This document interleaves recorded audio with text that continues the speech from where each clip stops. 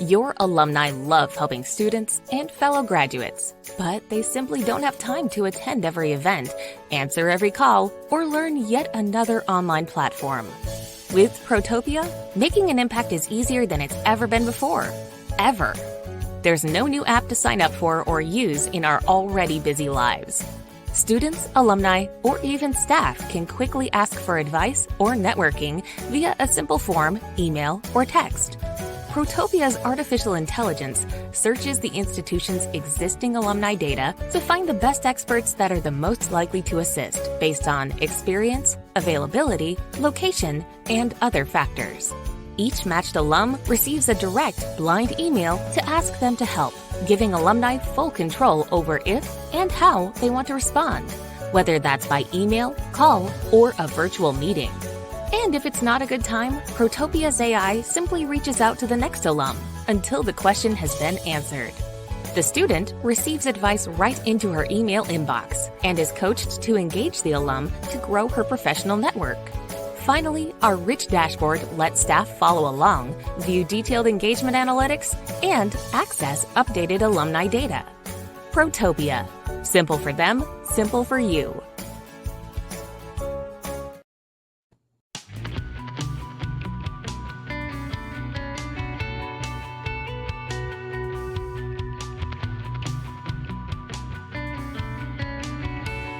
And welcome. Thanks again for listening to Alumless for Friday, August 2nd, 2024. This is the Reframing Alumni Engagement Edition. I'm Ryan Cathroyd, joined by Chris Marshall. And on the show, we talk about engagement strategies and advancement. We are pre-recorded today. Busy week trying to align schedules, but please leave a question in the LinkedIn comment section of the event, and we'll be sure to answer them. And that was the first time I've seen the Protopia commercial with the graphic. That's the first time I've visually seen it. I've heard them talk through it before, but never saw the edited, the cartoon version there. It was really well done. It's clever. Yeah, it's a nice little whiteboard video. For those of you who are just listening, it's really well done. So if you have to just check it out, and of course, be sure to reach out to Max and the team at Protopia. Tell them that we sent you. We've got a great show today with Matt Brandon, who is the Associate Vice President for Alumni Engagement and the CEO of the W&M Alumni Association. We're excited to bring Matt out here in just a couple of moments.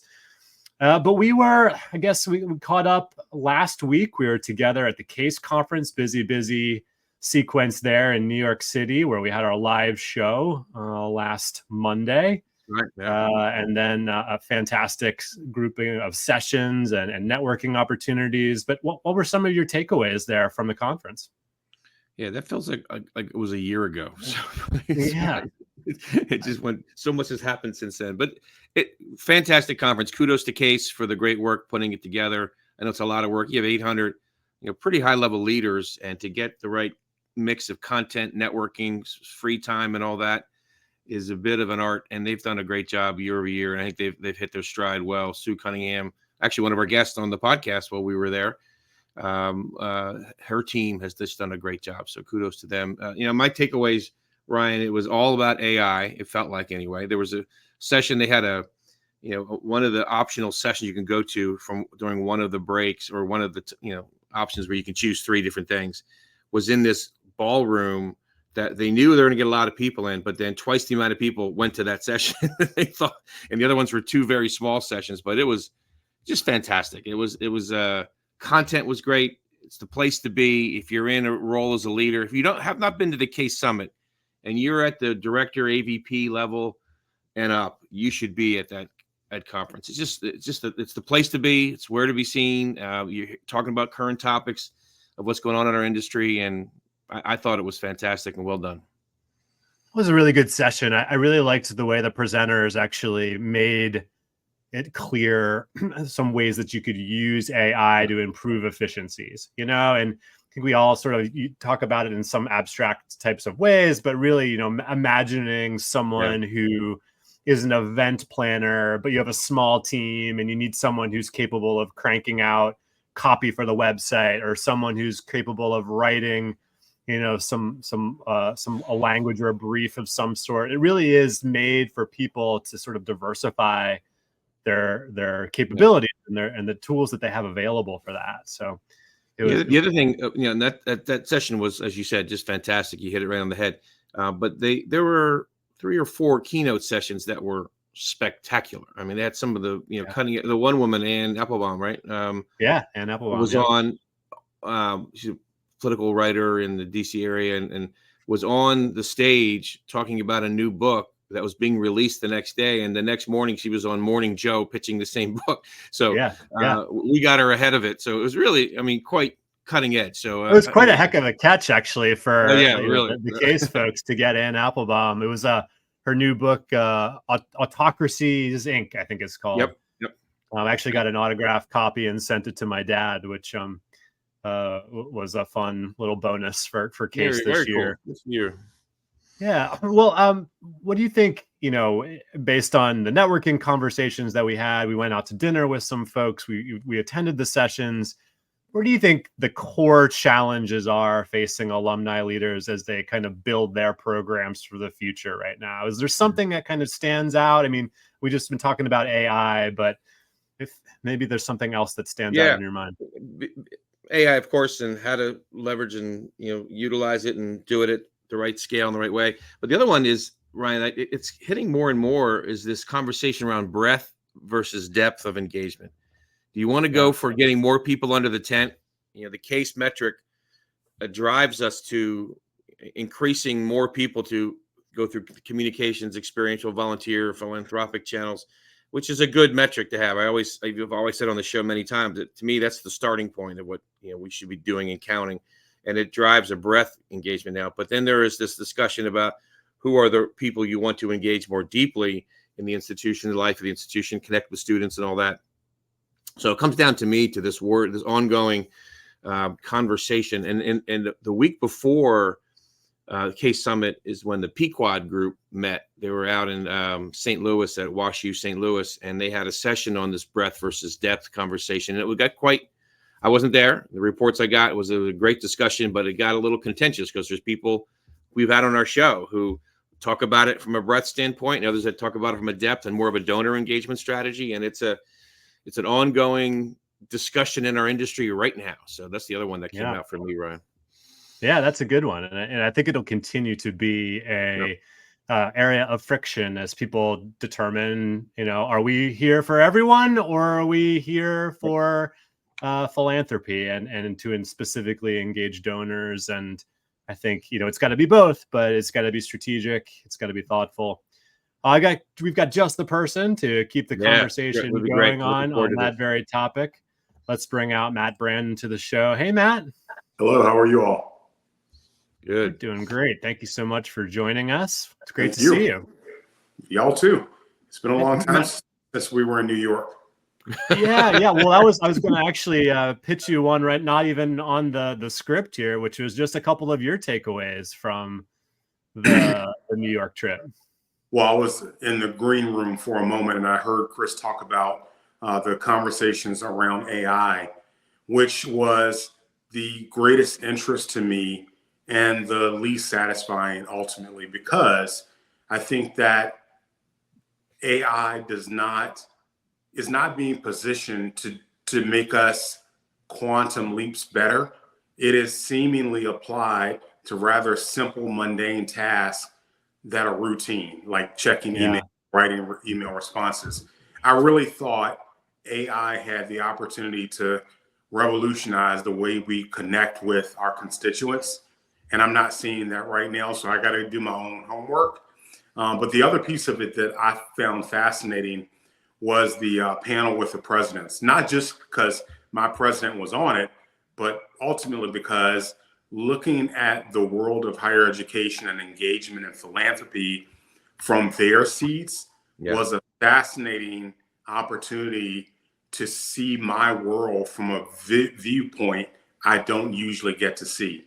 So it's helpful as I think about my role in the life of the university from the perspective of a really holistic sort of ecosystem, which is one of my favorite words right now, level instead of the micro, manage these 110,000 constituents perspective.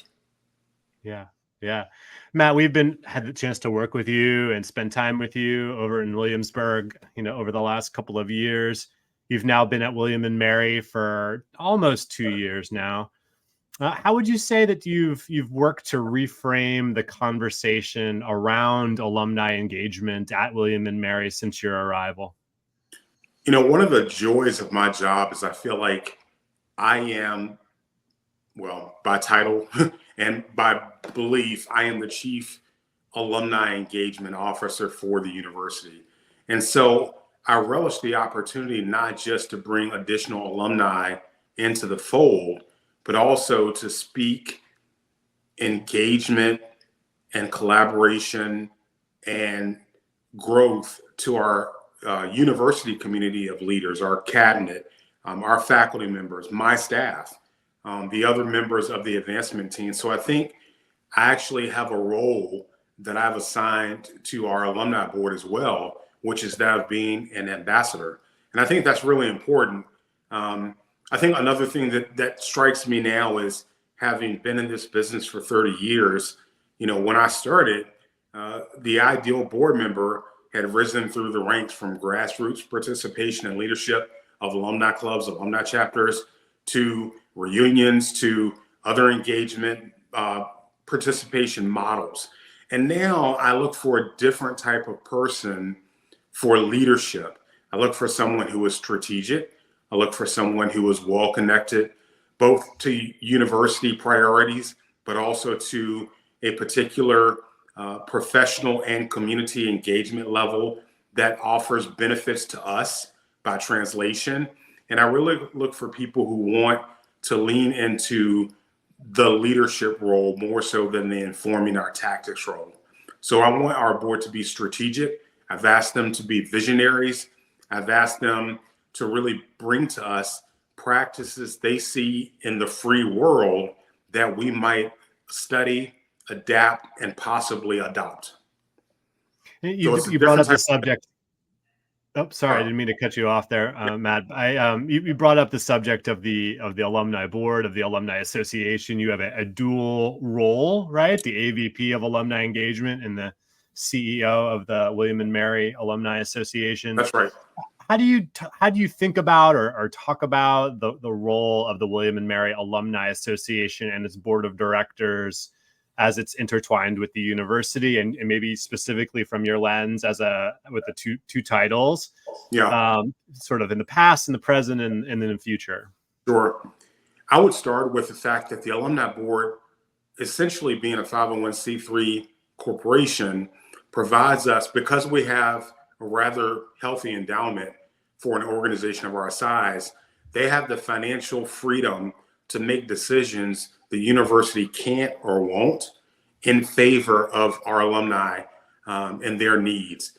And so, for instance, homecoming, the alumni board supports pretty strongly, but we've also got programs where we're trying to increase the engagement of alumni from underrepresented groups. And the university doesn't necessarily have the political capacity to lean into that level of engagement for a number of reasons that all of us are familiar with. But our alumni board is not restricted. So where we say we have an opportunity and a need, frankly, an obligation to help serve communities of alumni who have been underrepresented and underserved, the alumni board is the solution to that. The Alumni 501c3 Association is the solution to that, because it provides pretty critical funding to initiatives that ultimately serve the university and serve our alumni community without regard, necessarily without regard to what political shrapnel might be created. That's one major piece of it. Another piece is we get advisement and we ask our board members in their ambassadorial role to actually serve as the voice of alumni to the university. Independence is critical to being able to do that, because the alumni board is unencumbered by a need to be, if you will, accepted and liked by administration. We are fortunate to have a great relationship, but it's not necessary to their roles. In fact, their success is more about how alumni respond to the call to action. And one of the things the advancement model does allow us to do is actually have a stronger connection to resources from the advancement model, from the advancement unit, to do work that serves the whole university. So I'll say this one thing that's going to make one of my mentors probably, bless his soul, roll in his grave.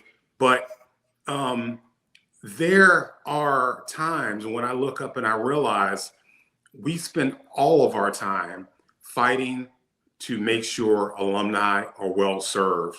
We spend no time fighting politics to make sure we can remain independent and solvent. Well, you're hitting on a couple of issues that I know a lot of folks in this industry at your level will be. I mean, talk about walking a tightrope between the political shrapnel of creating different kinds of programs for underrepresented populations and balancing that tightrope that you just described between CEO and AVP is a delicate walk. But kudos to you. I think you've done it well and navigated it fantastically, Matt. It's been fun to watch you. It's as a former boss of mine used to say, it's constant gardening. Yeah, that's right. Yeah. Constant gardening is right. One of the things that Ryan and I were down a few months ago and we were so impressed with was the beyond the 3 T's is how I took it. And I won't give away how many T's. I want you to share it. But we talk about the 3 in our time, talent, treasure, right? And you guys, I've heard it other places before, but you put it in such a, I mean, it was a visual diagram. It was crystal clear on the board and your board, your staff. But I love, if you're okay sharing this, letting out your secret as the future of alumni associations, the model that's all should aspire to be, share with us all the T's if you could.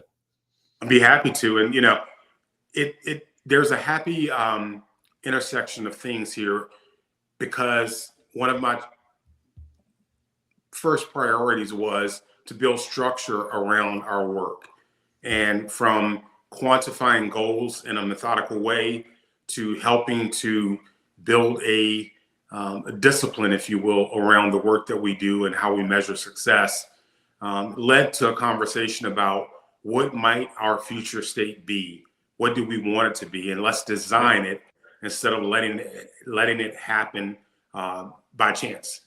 And so the 6 T's for me, in addition to the 3 you talked about, we've also got testimony, we've got ties, and we've also got trust. And so those 6 T's come from a strategy that was really defined by a philanthropy expert named Hillary Stone. And you can look it up and find out more about her particular perspectives on it. But for me, it was a way for our staff internally to quantify when they had achieved success in moving an alumnus or alumna from a position of relative lack of engagement to a higher level of engagement, that we could then also look at what the endpoint was for where we were responsible for taking alumni, if you will. And so instead of the 6 T's that our staff talks about, we basically broke it into 3 T's, or 3 components that we will now measure and document in our database to help our gift officer colleagues and our other advancement colleagues understand what work has gone into bringing a person to a certain point, involving them in the future work of engagement with that person or those people, and also helping us see the benefits of our work in the solicitation cycle that drives so much of the definition of success for our work. We've been left out of that conversation because it was, we're just talking to alumni leaders. We're just talking to volunteers. We're just talking about people who come to the event.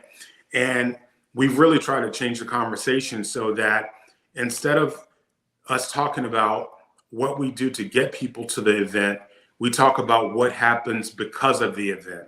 We talk about what work is going to be assigned to individuals, and those people are held accountable for doing the work after the event. We're talking about how the gift officer and the engagement officer collaborate as thought partners and action partners, because there's a tendency with more traditional development folks that I've noticed, and I've been on the event on the fundraising side of it, so I'm not talking out of school, but the more traditional approach would have your alumni engagement staff essentially prepare a pathway to bring the superstar in to deliver the goods. And now I would like for that process to be collaborative, to be documented, to be measured, and to be for Alumni Association staff to feel a greater sense of achievement and intentionality around the work that they do. So I said a lot there to talk about what the six T's are, but the way we're going to talk about them in terms of quantification will be essentially to talk about volunteer leadership. How many alumni, and to what depth can we take alumni into deeper leadership, first for the Alumni Association, then for other entities within the advancement ecosystem, and then into the university. We'll measure up to the ecosystem level. After that, once we plug them into the university level, we lose a lot of control, but we have the influence. Sure. So we'll be able to talk about our roles. We won't be able to quantify it quite as tightly as we could have. The second is ambassadorship for the university. We want those folks to count the work they do, telling the William & Mary story to others, whether it's alumni, prospective students and families, or their partner in life. We want to feel like the William & Mary community reflects and is representative of every form of diversity that we can possibly represent. And a lot of the work that we're doing on our future has to do with what are those communities? Who does need service? Which groups have coalesced enough to get to the point where our services to them and our support of them will benefit that community at the university? And then the third way, of course, is philanthropic support. And so we can look at the capital P, philanthropic, and say, if you're an alumni board member, if you help lead one of our regional networks, if you mentor a student or have an internship or job posted on our one network, then you have done a lot of the engagement work. The real key is when that participation at those levels, which can be rather self-satisfying if you think about it, evolves to a place where a person sees the value proposition of their $25 gift or a $1 million gift in the life of the university. And so then that leads to, how are we serving the greater university corpus, and how are we making the university better as a brand, as an institution, and living into its mission? Because one of the other benefits of not being an independent association is we don't have to fight for alignment with the university. It is expected. Yeah. And so we take that conversation, and if you will, to some extent, argument off the table, and get to the work of really our true mission should be to connect as many alumni in as meaningful set of ways as possible to the university, in the form of students are benefiting and the university is benefiting from their involvement. Love it. Full stop. Yeah, love it. So I wanted to do a follow-up here, because I think people will be interested in this. Most folks will understand definition-wise of time, talent, treasure. Ties is basically the network, right? Your That's right. sphere of influence. Testimony, ambassadorship, spreading the word. Talk to us about trust, though. That 6T trust could have a pretty broad definition. What is it in your world? So at the base level for me, trust is you say what you do what you say you're going to do. As a university, that's difficult because you have so many competing interests. But when we, for instance, stand up a fundraising campaign and we say we're going to raise, in the last campaign, $1 billion, this portion of it is for student scholarship. If that proportion does not go to student scholarship, trust is not eroded, it's killed. And so for us, a main part of our job as officers of the university is to make sure that we work collaboratively with both alumni and the university community, whether it's students, faculty, administration, to both be clear about the promises we make about the benefits of their participation, and we're very clear with them about the impact their work is going to have for the university, and right now, really specifically for students. Trust is earned in most people's minds. In my mind, trust is given, it's awarded, and you can lose it. And losing it is worse than not building it. So for me, you start off with an expectation of goodwill and good intention. And frankly, I think if you look at who we're serving, that's only a fair currency in exchange for a relationship that we're asking them to give. So the trust is in the follow through, but the trust is also in the transparency. When something can't happen, you don't talk around it. When something doesn't work, you don't pretend it does because you have an ego to serve. You've really got to lean into doing what's best for the university. And, if you look at the philosophical definition of terms like, what is John Keynes's, I'm going to miss utilitarianism, doing the greatest good for the greatest number.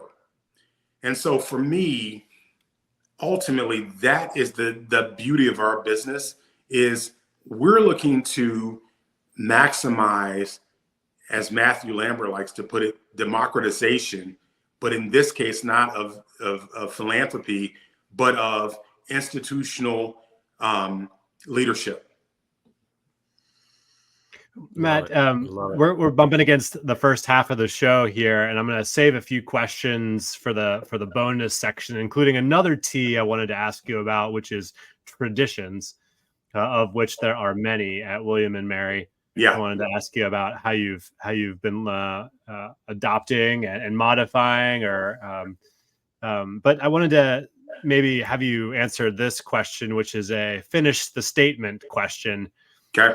The most profound revelation you've had about alumni engagement in the 2 years so far at William and Mary is? Wow.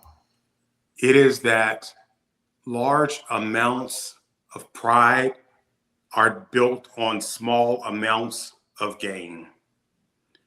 That's rather cryptic. So our homecoming parade, which had been one of our greatest traditions historically, had really become fallow and was not giving alumni what they wanted in terms of school spirit, presence, happiness. And so, sort of as politicians say, day one, I had 3 alumni at my door saying, "This better get fixed." And when you talk about what accomplishments I have had, we could talk about really esoteric things like reforming the board. We could talk about things like changing the strategy around what we're trying to accomplish and building the full engagement model. But I got to tell you, when I'm sitting in a meeting, one of the greatest moments of joy for me is someone talking about how great that parade was. I love it. That's great. Yeah. Well, we'll pick up the conversation in the bonus section of the show, Chris. But before we do, and say goodbye to our Friday crowd here, who do we have on the show in 2 weeks? We have another guest from Stanford joining us. This is under Howard Wolf's leadership, but we have Renee Hirschberg joining us, who has been in the role for about the same time that Matt's been in. I think it's been a year, maybe. We'll ask her, but yeah, we'll find out. She was at Stanford, but she came from the business school. She was the executive director at the Stanford Business School prior to the number 2 slot there with Howard. My main question for her is going to be, what's it like to work with Howard? I can't wait to hear the answer to that. I'm sure it's fantastic. I bet it is. Waiting for that answer. All right.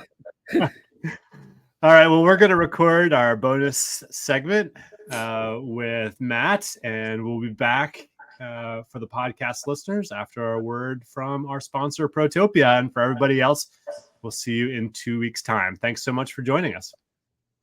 Thanks, Matt.